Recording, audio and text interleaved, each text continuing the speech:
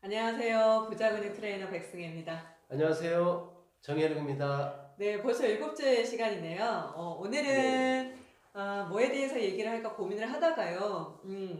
법원에서는 이제 그 말 그대로 채권자들에게 부동산을 잘 팔아서 이 돈을 돌려주는 배당을 통해 돈을 돌려주는 이 역할을 아주 공적으로 해야 되는 곳이다 보니까 이 물건을 잘 팔기 위한 각종 서류들을 좀 제공을 하고 있습니다. 그래서 그 중에서 저희가 좀 살펴봐야 되는 것들이 있겠죠. 그래서 오늘은 매각물건 명세서에 대한 부분을 좀 하려고 합니다. 이 매각물건 명세서는요, 이 책을 보거나 하면 잘 이렇게 써 있기는 하지만 실상 되게 중요하게 포인트가 잡혀져 있지 않아요. 그런데 솔직히 굉장히 중요한 서류입니다. 그래서 오늘 이 매각물건 명세서 어떻게 이해를 해야 되는지, 그리고 이 물건의 의미가 뭔지, 서류의 의미가 뭔지를 좀 살펴보도록 하겠습니다. 네, 대표님 오늘 매각물건 명세서에 대한 얘기를 좀 하려고 해요. 예. 네. 자, 그러면 제가 그냥 물건을 하나 골랐습니다. 1월 28일 날 이제 바로 경매에 신건으로서 진행될 물건인데요. 서울시 노원구 공릉동 동부아파트 103동 1401호 이렇게 골랐습니다. 저희가 지금 이 고르는 경매 물건들은요, 뭐 투자하기 좋은 물건이라든가 이래서 저희가 찝어드리는 것이 아니고 이 각각의 주제에 대해서 적합한 물건들을 그냥 임의대로 고르는 거니까요. 너무 이렇게 신경 쓰지 않으셔도 됩니다. 자, 오늘 보니까 이 동부 아파트는 네, 조금씩 이제 반복하면서 갈 거예요. 용도는 아파트. 그 다음에 우리 저번 시간에 배웠던 대지권, 말 그대로 토지분에 대한 것을 잘 갖고 있느냐라고 봤더니 네, 잘 있어요. 네, 써 있죠. 써 있으면 대체로 같이 나왔다는 얘기예요. 그래서 대지권은 약 15평 정도가 포함이 돼 있다라는 거고, 전용 면적은 항상 건물분이죠. 그래서 건물분에 대한 부분인데 그 사람의 소유권이 미치는 범위 전유 면적이라고 해서 전용 면적 114.17제곱미터, 얘를 평으로 전화를 하니까 거의 34평. 그런데 항상 이 집합 건물들은 전유 공간 말고도 공용 공간 면적을 더 갖고 있고, 또 아파트와 같은 것들은 이제 서비스 면적인 테라스 발코니들이 더 있기 때문에 요건 조금 더 클 거예요. 네, 그것도 같이 체크. 아마도 그러면 한 42평, 45평 이내에 이런 아파트 물건일 것 같습니다. 자, 그러면 얘에 따른 어떤 서류를 이제 저희가 살펴봐야 된다고 했는데요.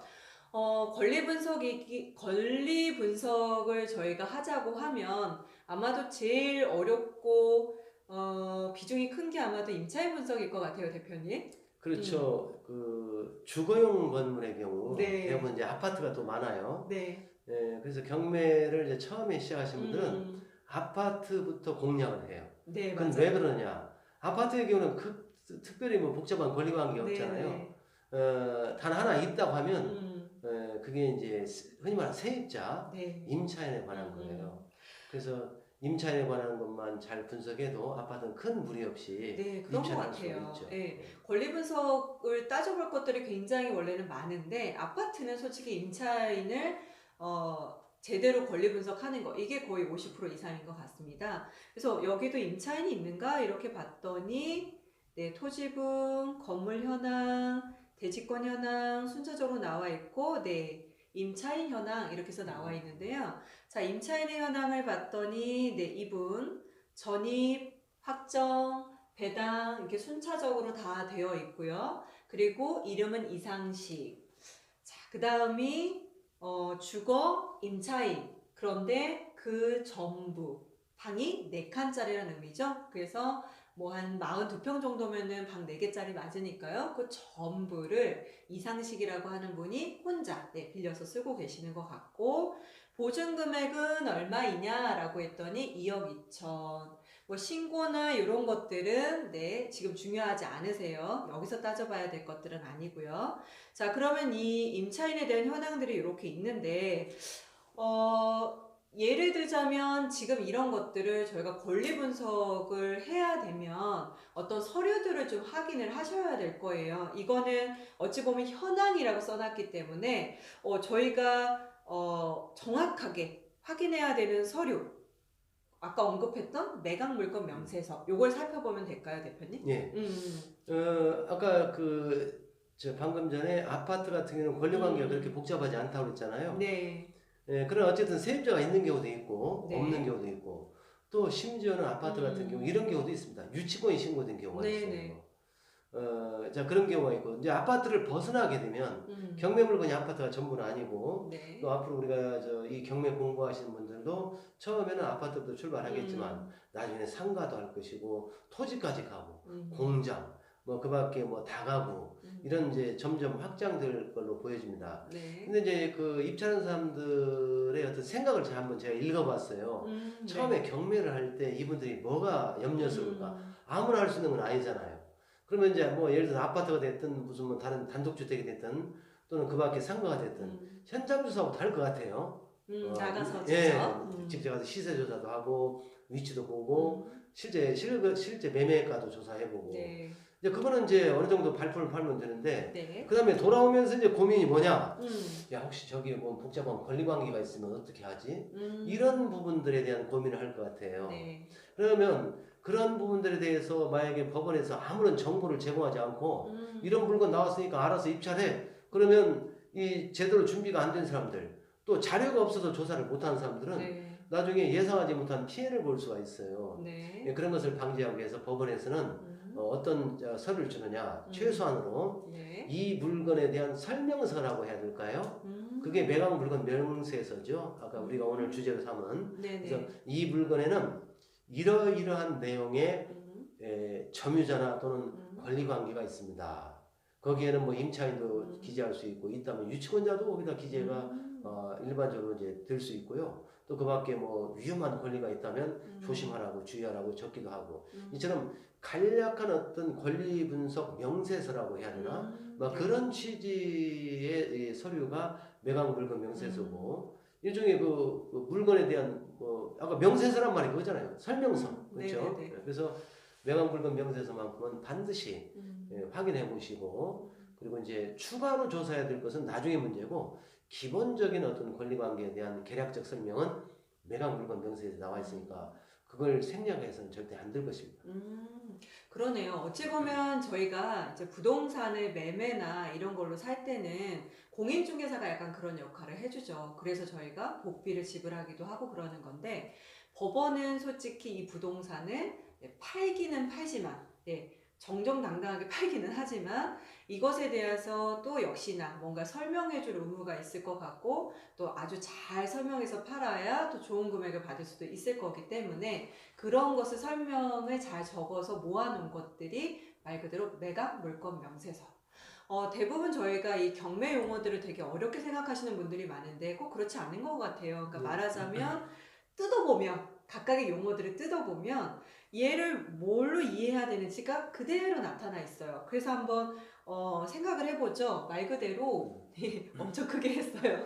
안 보이실까 봐서. 자, 매각. 말 그대로 그 부동산을 법원에서 팔아주는 거예요.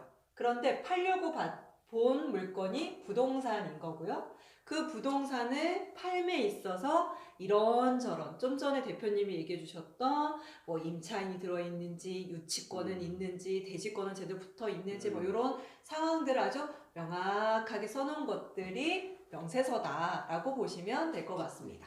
그러니 당연히 저 서류는 확인을 해야 되는 서류겠죠. 그래서 경매를 입찰하시는 분들에게는 당연히 이 서류를 확인해야 된다. 자, 그럼 매각물건 명세서 한번 쿡 눌러서 열어보도록 하겠습니다. 네, 이렇게 떴네요. 예. 약 한 장 정도로 요약이 되어 있는 것 같고요. 사건 번호, 경매의 이 법원에서의 분류인 2018 타경 105569 부동산 임의 경매 이렇게 되어 있고요. 그리고 작성일자가 표시가 되어 있고, 자, 매각물건 번호는 1번인데요. 뭐 설명드리자면 사건 번호가 부여가 되고 나면 이제 물건들은 다 기본이 하나입니다. 그죠? 1로부터 출발을 하죠. 그리고 더 있으면 뭐 2개, 3개 이렇게 물건 번호가 붙기 때문에 나 물건 번호 없었는데 라고 오해하시지 마시고 모든 부동산에는 1번이 생략돼 있다라고 보시면 되세요. 자, 그래서 최선순위 설정 일자인 근저당권에 대한 부분이 들어가 있고 배당 요구 종기라고 되어 있네요. 자, 보니까 이 배당 요구 종기는 누구하고 관련이 되어 있는 용어인가요, 대표님? 자, 그 앞에 요 배당 요구 종기 부분은 바로 이어서 좀 설명을 드리고 네. 이제 이 뭐 이런 내용들은 이제 다 일반적으로 기본적으로 공부하신 분들은 뭐 이해하기가 어렵지 않을 것 같아요. 네. 근데 요거는 이제 하나 좀 부연 설명하면 여기는 매각 물건 번호가 1로 되어 있잖아요. 네네. 근데 이것은 이 사건 번호 가지고 매각되는 물건이 한 개일 때니까. 그런데 네. 만약에 어떤 경우는 이제 예를 들어 다세대 빌라 같은 네. 경우, 다세대 빌라 같은 경우는 한 동이 보통 막 8개 올 수도 있잖아요. 근데 네네. 한 동 8개를 다 경매에 붙이는 경우도 있어요. 그러면 그때는 이제 덩어리로 묶어서 8개를 그냥 일괄로 매각할 수 있지만 네. 이게 따로따로 한 개 호수별로 이렇게 경매에 붙이는 경우가 있는데 그런 때는 물건 번호를 1번, 2번, 네. 3번, 4번 네. 이렇게 이제 붙이는데 이거는 뭐 아파트 이거 하나 나려니까 네. 1번으로 끝나고요. 그다음에 이제 배당 요구 종기라는 건 이제 뭐냐면 이 경매는 결국은 이 물건을 팔아서 채권자들한테 배당을 하는 것이 목적 아니겠습니까? 네, 그렇죠. 그런데 법원에서는 돈 받을 채권자를 아는 경우도 있지만 모르는 경우도 있어요. 네. 그 모르는 사람한테는 뭔가 기회를 줘야 될 거 아니에요. 네. 야, 이 물건이 경매가 됐으니까 너 돈 받을 거 있으면 법에다 신고해. 그래서 그런데 언제까지 신고하라고 마냥 시간을 줄 수 없으니까 기간을 이렇게 정해요. 네. 이때까지 신고해라. 예를 들어서 여기 잠깐 뒤에 또 설명하지만 여기 임차인 있잖아요. 네. 임차인 같은 경우는 법원에서 이렇게 조사를 해도 안 드러난 사람이 있고 드러났다 하더라도 그 사람 보증금이 얼마지? 뭐 확정자 받았어?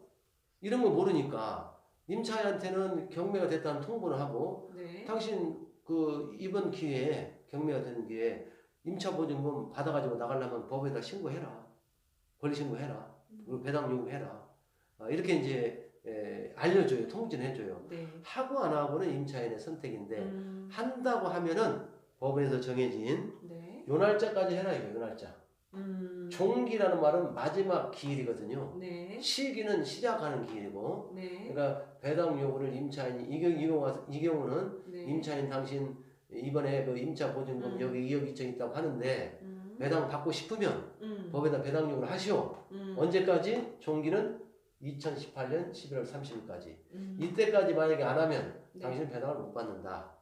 만약에 돈을 받을 자격이 있었던 사람인데도 날짜를 옮겨버려도 안 그러니까 된다는 거죠? 이제 그거는 이제 우리가 세부적 분리하는데 네. 임차인만 합시다. 네. 물론 배당 요구 안 해도 배당 받을 사람이 있어요. 네. 근데 이제 그거는 우리가 이제 조금 나중에 또 설명을 네. 하기로 하고 임차인 같은 경우는 아무리 전입신고를 하고 확정이 잘 받았어도 그리고 선순위든 후순위든 배당 요구 안 하면 못 받아요.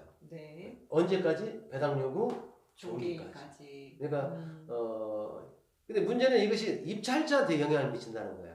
이 임차인이 후순위 임차인, 은행에 저당권보다 늦게 들어온 사람 같으면은 배당 요구 안 했어도 네. 뭐 해서 안 해서 받든 말든 상관이 없어. 네. 그런데 이게 선순위 임차인일 때는 배당 요구를 요때까지 했을 때는 배당을 받으니까 네. 이 돈 받고 빠져나가니까 낙찰자가 추가 네. 부담할 게 없잖아요. 네. 근데 배당 요구를 안 하게 되면은 결국은 이 임차권을 낙찰자가 고스란히 떠안게 되기 때문에 그런 의미에서 특히 선순위 세입자가 있을 때는 배당 요구 종기까지 배당 요구를 했냐 안 했냐 이런 걸 확인할 필요가 있는데 간단하게 어디에서 보면 확인이 가능하다고 지금 하고 있죠? 매각 물건 명세서. 꼭 기억하세요. 매각 네. 물건 명세서. 예. 그래서 그러면 자, 임차인이 있을 때는 배당 요구 종기를 저희가 신경을 좀 써야 되는 거고요. 더 특별하게. 그렇죠. 네. 아무래도. 여기가 비어져 있을 수도 있나요?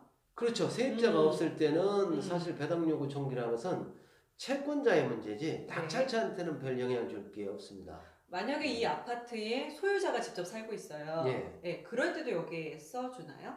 소유자가 직접 살 때는 이제 세입자는 없죠. 네. 그래도 배당 요구 종기는 항상 정하도록 되어 있는데 이거는 이제 왜 그러냐면 세입자만이 배당 요구를 할 수 있는 채권자의 전부가 아니기 때문에 예를 들어서 이제 글쎄요 오늘 좀 적절치는 않지만 네. 야 세입자 말고 또 누가 배당 요구해야 되냐? 네. 예를 들어서 근저당권자 같은 경우는 등기부에 나와 있죠. 네네. 법원도 알죠. 네. 배당 요구 안 해도 배당해 줍니다. 네. 그런데 뭐 예를 들어서 뭐 사장 집이 경매로 날라갔는데 근로자가 임금 못 받았어. 그건 등기부에 안 나와 있잖아요. 네. 근데 사장 집 경매 날라갈 때 나 거기서 배당받고 싶어.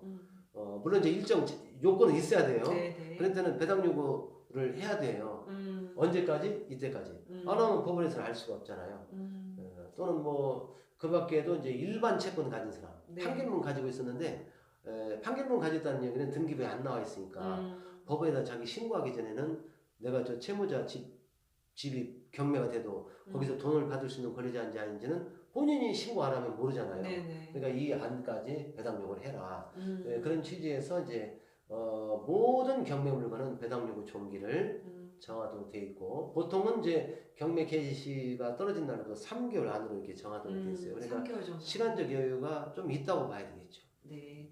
만약에 정말로 이렇게 뭐 임차인이 예를 들자면 저런 서류를 받았어야 되는데 법원에서 이 부동산이 경매 이제 들어갑니다라고 하는 우편물을 받아야 됨에도 불구하고 못 받았어도 네. 그런 것들이 이제 확인해야 되는 또 다른 서류가 되는 거네요. 아 이제 못 네. 받았을 때는 네. 이제 문제가 생겨요. 음. 그런 사례가 실제 있어요. 세입자가 알았더라면 배당 요구를 해서 배당을 받았을 텐데 네.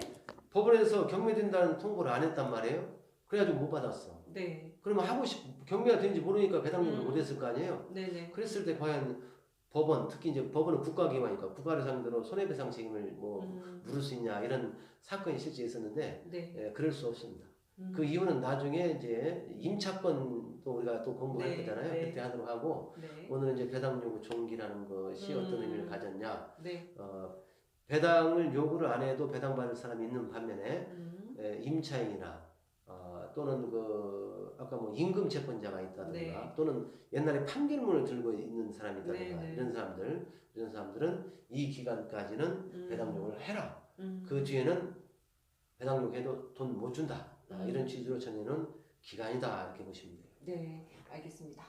자, 그 다음에 이제 밑에 말 그대로 이제 이 비어져 있는 칸이 있죠. 원래는 여기가 비어 있을 수도 있고 지금과 같이 임차인이 있다거나 하면 이렇게 들어가는 겁니다. 그래서 솔직히 이제 저희가 어떤 부동산 물건을 표현을 할 때, 이 물건은 굉장히 권리관계가 깨끗합니다. 뭐 혹은 안전합니다. 혹은 이 부동산 물건은 조금 권리관계가 복잡합니다. 이런 표현들을 쓸 때요. 이 매각물건 명세서상에 이 칸들이 말하자면 다양하게 계속 채워지는 거죠. 해당 없음 이런 게 아니라 계속 이 채워져 가는 겁니다. 뭐 유치권이나 법정지상권이나 뭐 이런 것까지. 그래서 지금 저희가 보고 있는 요 부분도 원래 없을 수도 있고 있을 수도 있고. 근데 오늘은 이곳에 누가 있다는 얘기는 임차인이 혹은 이해관계인이 있구나 라고 이해하시면 될 것 같아요. 그래서 저희가 아까 물건을 이렇게 쭉 봤을 때 분명히 임차인이 있었죠. 그 사람의 이름은 이상식. 그리고 전부에 대해서 여기 있죠. 전부 방 4칸에 대해서 아까 권리신고가 돼 있었다고 되어 있었어요. 자, 그런데 정보 출처 부분을 보니까요. 2개가 떠요. 현황조사 하나가 뜨고 권리신고 이렇게 뜨네요. 대표님 이 2개가 가만히 들여다보니까 권리신고 부분에는 2억 2천 그리고 2013년 8월 16일부터 임차해서 혹은 이사 와서 지금까지 있다라는 내용들이 쭉 들어가 있는데 예. 현황조사상에는 미상이란 뜻은 모른다는 의미네요. 정확하지 않다. 그렇죠. 네. 어쨌든 이 매각물건 명세서는 법원이 주체가 돼서 네. 조사해가지고 작성한 서류면은 맞아요. 작성 주체가 법원이에요. 네. 그러나 이것을 100% 믿을 수는 없어요. 네, 그것은 왜 그러느냐? 네. 이 지금 정보 출처를 보면은 네. 이 지금 현재 여기 기재된 정보가 어디에서 나왔냐 그거잖아요. 아, 네네. 현황조사는 이게 집행관이 조사한 거예요. 법원에서 파견된 명을 집행관이. 받아가지고. 네. 근데 현황조사는 이제 집행관이 쉽게 표현할게요. 네. 너 그 집 가서 누가 점유하고 있는지 임차했는지 한번 조사해봐라. 그럼 한번 열어볼까요? 현황조사서? 네. 네. 네, 한번 볼까요? 자, 열어보겠습니다. 그럼 이제 집행관이 갔어. 네. 여기에 갔어요. 예, 여기 내용이 네. 나와 있는 것 같네요. 네, 그래서 누가 점유한지 한번 조사해라. 그랬더니 가보니까 뭐 네. 임차인이 점유하고 있다. 응. 이건 이제 조사는 네. 불가능할 때가 있어요. 문 잠궈버렸잖아요. 폐문부재. 그러면 미상 이렇게 나오는데 가서 뭐 저 초인종 들으니까 누가 소유자가 됐든 임차인이 나왔든 이 내용이네요. 이런 내용들을 이제 거기서 어. 집행관이 거기서 조사에서 얻은 자료예요. 그것은 부정확할 수 있어요. 거짓말할 수 있잖아요. 아. 임차인이 아닌데도 임차인이라고 했다. 저희가 띵동하고 눌러서 갔는데 예. 분명히 아무도 없다고도 했는데 누가 있을 수도 있고 또 있다고 했는데 그 사람이 세입자라고 했는데 아니면 나중에 알고 보니까 그냥 얹혀 사는 장모님이나 처제나 동생이나. 네. 그러니까 이건 100% 믿을 건 못 돼요. 참고사항. 참고사항. 그래서 네. 임차인 별주소 묘 이렇게 돼 있고 점이라고 돼 있고 네. 이렇게 본건 현황조사를 현장을 방문했다고 돼 있잖아요. 이렇게 보고서를 써서 내요. 현황조사 보고서를. 네네. 근데 폐문 부재로 소유자 및 점유자들을 만나지 못하여 현관문에 안내문을 투입해서는 아무런 연락이 없어 점유자 확인 불가능. 그러면 여기는 임차인이 점유했다고 해놓고는 지금 폐문 부재면은 알 수도 없는데 왜 이렇게 붙였냐? 여기를 보니까 전입세대주 이상식을 발견하여 소유자 아닌 사람 그냥 주민등록부에 의하여 작성했다. 그러니까 이건 뭐냐면 추정한 거예요. 소유자가 아닌 사람이 있으면 임차인 아니겠냐? 여기 추정해서 했다는 그러면 것이. 저희가 하나 더 확인해야 될 서류가 어떻게 보면 전입세대 열람일 수도 있겠네요. 그렇죠. 그건 반드시 해야 네. 되죠. 거기에 소유자나 소유자 가족이 아닌 사람으로 보여진 사람이 만약에 전입신고가 빨리 돼 있다. 저당권보다. 그러면 일단 조심해야 돼요. 그 사람이 임차인이 아니냐는 우리가 알 수 없잖아요. 그래서 정보를 얻지 않으면. 그래서 이 임대차 관계가 굉장히 사실 두려운 것 중에 하나입니다. 이 아파트가 쉬운 것 같지만 임차인에 관한 분석을 제대로 못하면 이러면 잘못하면 크게 그 보증금을 막 여기 2억 2천이잖아요. 2억 2천 추가로 인수할 수 있어요. 그런 점에서 매각물건 명세서, 현황조사서, 전입세대, 열람 이런 것들도 하고 좀 미심쩍은 사항이 있으면 현장에 가서 직접 조사해서 정확한 정보를 얻어내기 전에는 함부로 입찰해서 안 줄 것입니다. 네. 그러면 실상 현황 조사서는 말 그대로 거기 현재 상황을 집행관이 기술한 것뿐이지. 예, 현장에 나가서. 그게 법적으로 꼭 효력을 완벽하게 가지는 것은 아니고요. 그렇죠. 전체 그걸 100% 믿어서는 안 되고. 단 참고는 해라. 참고사항이다. 네. 자, 그러면 법적으로 저희가 어느 정도 조금 더 명확하게 믿어도 되는 것은 매각물건 명세서일까요? 그래요? 매각물건 명세서는 이제 이런 부분들은 이제 집행관의 현황조사 아까 그거 좀 설명하다가 좀 되는데요. 다시 열어드릴게요. 예, 여기 있습니다. 여기 이제 그거 말고 이거. 네네. 정보 출처가 현황조사잖아요. 네. 요건 이제 아까 임차인이 집행관이 조사한 거잖아요. 미상 그런데 임차인이라고 했어.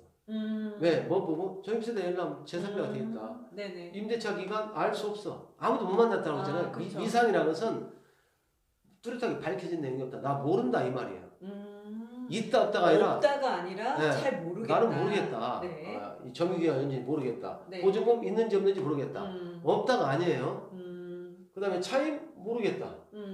전입신고했잖아. 이건 열람했다니까 맞죠. 네. 이건 할 수 있지. 네. 확정일자 계약서를 못 봤으니 있는지 없는지 나 모른다 이거예요. 네네네. 그 다음에 여기는 지금 권리신고를 했잖아요. 네. 이거는 지금 임차인이 스스로 네. 임대차 계약서 들고 가서 경매법에다 신고한 거예요. 나 임차인입니다. 네. 그리고 점유는 이때부터 현재까지 하고 있습니다. 네. 그 다음에 보증금은 이겁니다. 그리고 차임은 뭐 없으니까 이제 아무 말이 없겠죠. 그 다음에 전입신고 일자는 이때입니다. 이건 뭐 어차피 속일 수 없잖아요. 주민등록조사에 나와 있으니까. 네. 그럼 확정일자 이때 받았습니다. 이거는 계약서에 찍힌 걸 자기가 이제 직접 제출했겠죠. 네네. 그리고 여기 잠깐 요쪽으로 보여주겠어요. 여기. 네. 여기 보니까 배당 요구. 배당 요구 집행관은 조사 못했어요. 그런데 이 사람은 했잖아요. 네. 언제? 10월 10일. 네. 종기가 아까 언제였죠? 여기 위에 나와 있는데 2010월 11월 30일. 11월 30일이니까 그 네. 안에 했죠. 네네. 여기는. 그러니까 적법한 배당 요구에 해당이 되고 이 사람이 진정한 임차인이라고 한다면 네. 배당을 받을 수가 있다. 라는 것을 의미하는 거죠. 자, 그러면 저희가 매각물건 명세서를 이해를 제대로 했는가를 한번 보자면 예. 집행관이 가서 조사를 했을 때는 잘 몰랐어요. 폐문부재가 돼서 잘 모르겠어. 그렇죠. 그런데 요 밑을 보니 임차인이 직접 2018년도 10월 11일에 배당 요구를 하러 오면서 예. 권리 신고를 한 거죠. 그렇죠. 자, 이 임차인 서류를 가지고 그래서 그 내용들을 기재했다. 이렇게 예. 그냥 이해하시면 예, 되겠네요. 그 서류 가지고 법원에서 작성한 것이다. 아, 네. 그러니 여기에는 임차인이 살고 있는 게 법적으로는 맞다. 여기까지는 그렇죠. 된 이게 건가요? 위조된 서류가 아니라면. 네, 네. 자, 그래서 여기까지 임차인이 내용이 됐고요. 그 다음에 이제 밑에 여기가 조금 이제 잘리는데요. 등기된 부동산에 관한 권리 및 가처분으로서의 매각으로 그 효력이 소멸되지 아니하는 것 한번 기재해봐 그랬더니 해당 사항 없음. 자, 그 다음에 매각 설정에 따라 설정된 것으로 보이는 지상권이 있냐? 그러면 개요 적어봐 그랬더니 없어. 자, 비고란에 혹시나 뭐 유치권이라든지 또 다른 권리 뭐 그런 것들이 있니? 없어. 자, 그러면 저희는 이 아파트에 대해서 저희가 딱 권리 분석하고 이 조사를 해야 되는 건 딱 임차인 요거 하나밖에는 없더라. 그리고 그것을 말 그대로 법원에서 이렇게 정리를 좀 해준 것이 바로 매각물권 명세서다. 그런데 하나 조금 조심하셔야 될 것들은 뭐냐면요. 이 맨 밑에 보니까 본 문서는 2019년 1월 21일 10시 16분 기준으로 기재를 했습니다. 그리고 밑에다 이렇게 써놨죠. 입찰 전 반드시 확인하시기 바랍니다. 이렇게 돼 있어요. 저희가 오늘은 이제 스피드 옥션을 보고 있는데요. 원래 경매하시는 분들 중에는 뭐 구독션, 지지 옥션, 뭐 무료로 볼 수 있는 뭐 도인 경매, 뭐 이런 다양한 그 유료 정보 업체들이 있습니다. 그 업체들을 통해서 이 정보들을 많이 얻고 계시는데요. 이렇게 하는 이유는 대법원 사이트가 생각외로 이 정보가 친절하지가 않죠. 그래서 이런 업체들이 그런 서비스들을 제공을 하고 있는데요. 이 정보를 이제 대법원에 있는 것들을 옮겨주는 과정에서 시간차가 좀 발생을 할 수 있습니다. 그래서 그것에 대한 내용을 여기에 이제 적어 놓은 거죠. 그러면 저희는 결과적으로 얘를 다시 한번 확인해 달라고 하는 건 저희가 어디로 가서 확인을 하면 되는 걸까요? 요거 화면을 조금 네. 이렇게 네. 보여주게 하세요. 이제 법원에서 이제 매각물건 명세서를 이제 작성을 네. 경매 신청 개시 결정이 나면 네. 보통 한 1, 2주 안에는 다 저걸 작성해서 근데 언제 볼 수 있냐? 매각 입찰기를 일주일 전에 이제 그때부터 볼 수가 있어요. 근데 법원에서 네. 미리 준비를 다 합니다. 네네. 근데 지금 그러면 처음에 이제 매각물건 명세서를 작성했다가 입찰기일 그 일주 전에 이제 비치를 하는데 그 후에라도 네. 여기 기재된 사항에 변화가 있을 수 있잖아요. 네네. 그러면 이제 그래서 여기 보니까 입찰 전에 반드시 다시 한번 음. 확인해봐라. 여기 기재사항 중 어느 한 가지 이상이라도 중요한 사항에 변동이 생겼다면 입찰자한테 피해를 줄 수 있잖아요. 그러면 네. 어디를 봐야? 이건 이제 사설 사이트에서 하다 보니까 시간차가 있을 수 있어요. 네. 그래서 실시간으로 이제 정확한 내용을 보려면 대법원 경매 사이트 네. 거기서 사건 번호 치고 들어가면은 매각물건 명세서, 현황조사서 뭐 이런 네. 것들 법에서 비치한 서류들을 볼 수 있으니까 그걸 참고하시라고 이렇게 해놓은 것입니다. 그렇군요. 그러면 우리가 꼭 이 매각물건 명세서 상을 확인을 더 해야 되고 내가 입찰까지 들어갈 물건이다 라고 하면 꼭 대법원 경매정보 사이트에 들어가서 이 내용을 다시 한번 확인하시는 게 좋을 것 같습니다. 네. 자, 그러면 어찌 보면 이 매각물건 명세서하고 아까 현황조사서는 좀 이렇게 같이 연동을 좀 해서 같이 봐야 되는 부분이 좀 있겠네요. 그렇죠. 이제 현황조사서에 적혀 있는 내용은 앞에 그 임차인 점유관계 주로 이제 네. 거기에 반영이 되고 물론 이 비굴한도 반영이 될 수 있어요. 말씀이 나왔으니까 잠깐 여기 참고로 말씀드리면 네. 여기 지금 해당 사항이 없다는 건 매우 좋다는 얘기예요. 네, 그렇죠. 근데 이런 내용들, 네. 이런 내용들은 뭐냐면 뭔가 여기 지금 뭐 가처분이나 그 밖에 인수될 권리가 있다. 그러면 여기다가 적어줘요. 이런 게 나타나면 일단은 그 부분에 대한 정확한 분석을 해야 되고 조심하셔야 돼요. 여기도 이제 지금 뭐 경매 처음 시작하신 분들은 지상권이라는 게 뭔지 이해하시기 어렵겠지만 좀 공부를 하다 보면 법정 지상권이라는 걸 이제 알게 될 것이고요. 토지나 건물 어느 한쪽만 경매를 날아갔을 때는 법정 지상권이 성립될 여지가 있고 그런 사유가 있다면 여기 적으라는 얘기죠. 그 밖에 이제 이 비고란 같은 경우는 이제 주로 뭐 유치권이나 또는 여기 나와 있네 뭐 예를 들어서 이제 경매에서 저희는 미등기 건물이 있을 때는 그 음. 취지를 명확히 적어주라. 음. 이런 내용들 참고할 사항이에요. 여기는 뭐 적힐 수도 있고 안 적힐 수 있어요. 네네네. 그래서 결과적으로 이런 내용들이 혹시 있을 수 있으면 요게 적힌다는 적으란 건가요? 얘기예요. 해당 부분에 정확하게 적어라. 네. 여기는 기타 사항들 네. 적으란 얘기고. 그러면 이 매각물건 명세서를 딱 열었어요. 그런데 각 항목에 어떤 것도 적혀 있지 않다 그러면 저희가 안심을 하면 될까요? 그런데 이제 이건 네. 있어요. 예, 물론은 이제 그때는 이제 좋은 징조죠. 네. 그런데 법원에서 모든 권리 관계를 다 음. 분석할 수는 없고 네네. 여기는 중요한 것만 그 개요를 적도록 되어 있기 음. 때문에 세부적인 권리 분석이나 이런 것은 등기부, 네. 대장, 네. 그 다음에 또 필요하다면 임대차 같으면 여기 안 나올 수 있잖아요. 권리신고도 안 하고 또 현황조사가 아니라 폐문부채고 네. 그런 부분은 법원이 알 수가 없으니까 여기 네네. 안 적혀 있어. 안 적혀 있다 하더라도 항상 그 숨은 그 위험성이라고 하는 것이거든요. 그런 것이 있기 때문에 그걸 본인이 스스로 네. 조사하고 분석하고 해서 입장해야 되기 때문에 경매가 그래서 쉽기도 하고 어떤 것은 또 상황에 따라서 어렵기도 한 것 아니겠습니까? 네. 항상 저는 조금 이렇게 쉽게 얘기를 해드리려고 그러면 대표님이 자꾸 어려운 거, 그거 조심해라, 이게 자꾸 지금 얘기를 하고 계신 것 같아요. 네. 오늘 이번 시간은 매각물건 명세서에 대해서 간단하게 열어서 확인하실 수 있는 부분, 그리고 이 약간 보조수단이라고 할 수 있는 현황 조사서까지 그렇게 열어서 확인했습니다. 네. 다음에 또 뵙겠습니다.